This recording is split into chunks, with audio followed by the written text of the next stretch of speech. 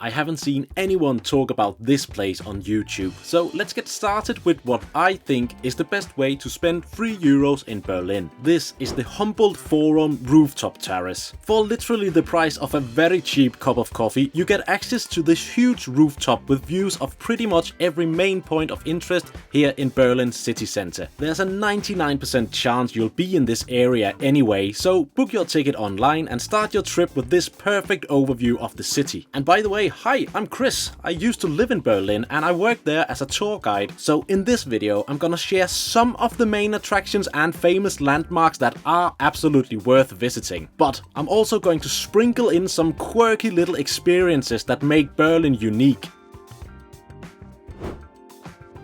If it's your first time in Berlin, you've gotta try proper German food. Jäger und Lustig is one of the best. It's even featured in the Michelin guide. German food is hearty and meat heavy, so vegetarians might get a bit bored around here, but that is just how authentic German cuisine is. So order a massive schnitzel, a big beer and enjoy the cozy atmosphere. This is proper Berlin dining.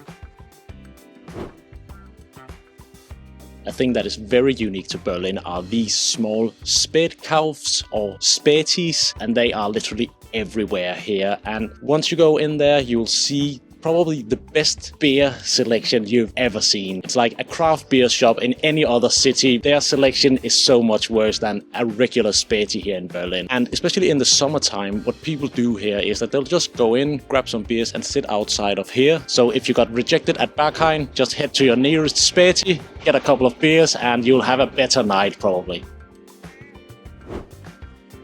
You'll spot this iconic tower from everywhere in the city. At 368 meters tall, it's impossible to miss. East Germany built it in 1969 to show the world how advanced they were here behind the Iron Curtain. The views from the top are incredible, but seriously, pre-book a fast-track ticket online. Those queues get absolutely insane, especially in the summertime. From 1961 to 1989, this wall split the entire city in half. The most famous spot to see it today is the East Side Gallery. It's over a kilometer of preserved wall covered in beautiful street art from artists worldwide. But if you want to know more about the wall's history and perhaps see it in a more quiet setting, here's where I'd actually go. Bernaustraße in Prenzlauer Berg. It's way calmer, there are fewer tourists and there's this excellent free memorial site where you really feel the weight of what the division meant. And if you go there on a Sunday, make sure to hit up the massive flea market in the nearby Mauerpark. Here's what makes Berlin different from every other German city. It's insanely multicultural with one of Europe's most diverse food scenes. I'd recommend checking out Dalpat, this tiny Nepalese restaurant outside the tourist zones. The food here is spicy, delicious, and it's one of those cool little neighborhood spots, which is where you'll actually have the best meals in Berlin.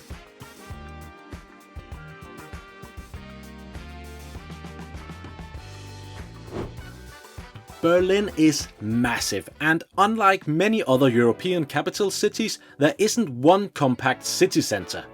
So think of it as a collection of villages that grew together, each with its own vibe. You need to travel around to really experience Berlin, so get comfortable with the U-Bahn, S-Bahn, buses and trams.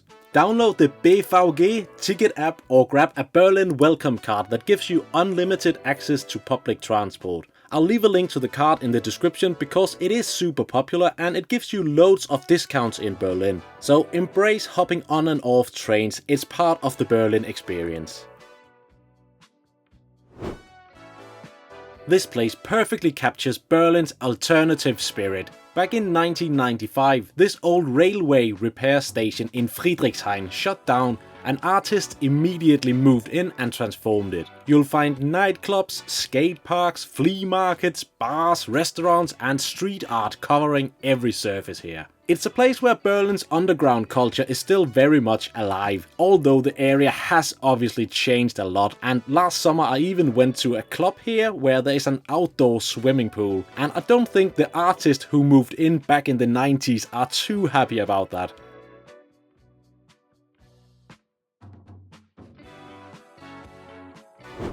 You can't visit Berlin without seeing this, the symbol of the city. It was built in the late 1700s as a grand entrance to Berlin, and during the Cold War it stood trapped in no man's land between East and West. When the wall came down in 1989, this became the symbol of reunification. Go early in the morning or at night when it's lit up, there are way fewer crowds and the atmosphere is completely different. Walk right next door and you've got Germany's Parliament building. Built in the 1890s, it got burned down by someone in 1933, it got destroyed in World War II, then they renovated it with this spectacular glass dome after reunification when Berlin finally became the capital of all of Germany again. You can actually go inside and walk up the dome for free with 360-degree views over the city, but you need to register online weeks in advance, so don't leave it until the last minute or you will be out of luck. I remember when I moved down here to Berlin, everybody was walking around with this big bottle of yellow liquid, and I was intrigued. What is it? Is it some kind of beer I don't know about? It was not. It was something called Club Mate. So the first time I tried a Club Mate, I was like, that's absolutely terrible. How the hell are people drinking this?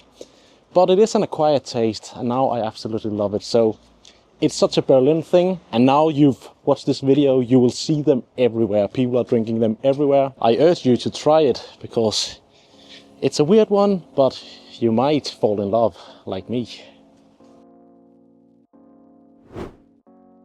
After all that walking, give your feet a break and hop on a boat tour. You'll cruise past government buildings, the museum island and loads of bridges that have been around during World War II as well. Basically, you'll see the city from a completely different perspective, and honestly, it's one of the best ways to see how the city fits together. Perfect for a sunny afternoon when you can just relax with a beer while someone else does the navigating.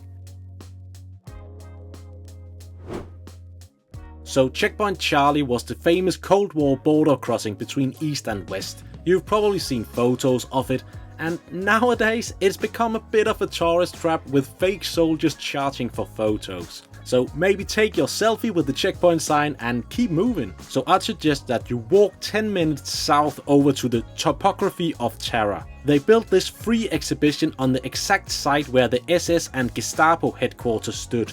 It's heavy stuff, you know, original documents, photos and a preserved wall section outside, but it is essential history that Berlin doesn't shy away from.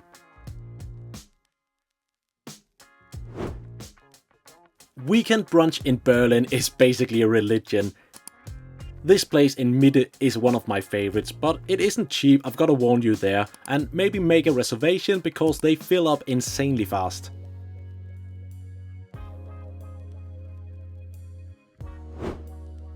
You can't miss this massive cathedral, the Berliner Dom. You pay 10 euros to go inside, and you should definitely climb those, I think, 270 steps to the dome gallery. Your legs will burn, but the views over Museum Island and the whole Mitte area, they are absolutely worth it. Oh, and Museum Island, if you're even slightly into museums, this UNESCO World Heritage Site is basically paradise. 5 world-class museums all clustered on one little island. You can grab a Museum Island day pass if you're doing multiple museums, so try to go early because these places are very famous and they do get packed.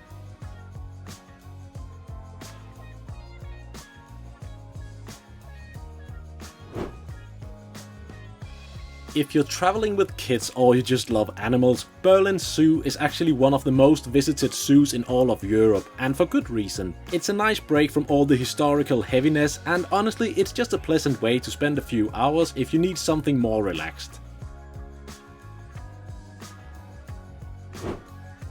This church was bombed in 1943, and instead of rebuilding it, they deliberately left the destroyed tower standing as a war memorial. It's also completely free to visit, so when you're out shopping on Kurfürstendamm, make sure to check it out.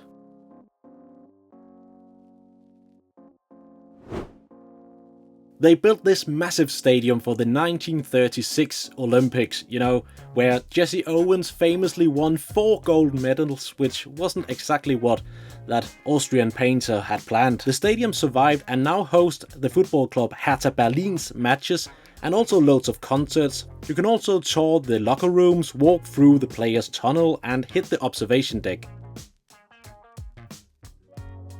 You must try Berlin's signature street food. Döner kebab. No, obviously I'm talking about Currywurst. It is just sliced pork sausage covered in curry ketchup and curry powder.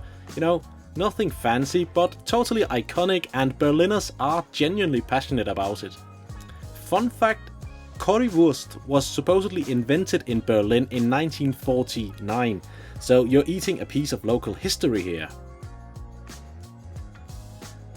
When the weather's even slightly nice, Berliners live in these outdoor beer gardens. You sit under massive trees, drink cold beer and just hang out for hours. My favorite one is Pratergarten in Prenzlauer Berg, and it's actually Berlin's oldest, dating back to 1837.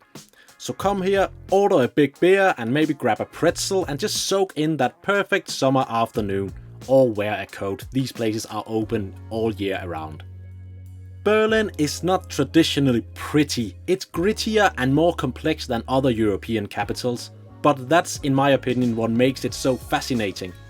Every corner has a story and the city confronts its difficult past head on. If this video helped, drop a like, subscribe and let me know in the comments what you're most excited to do in Berlin. Ciao!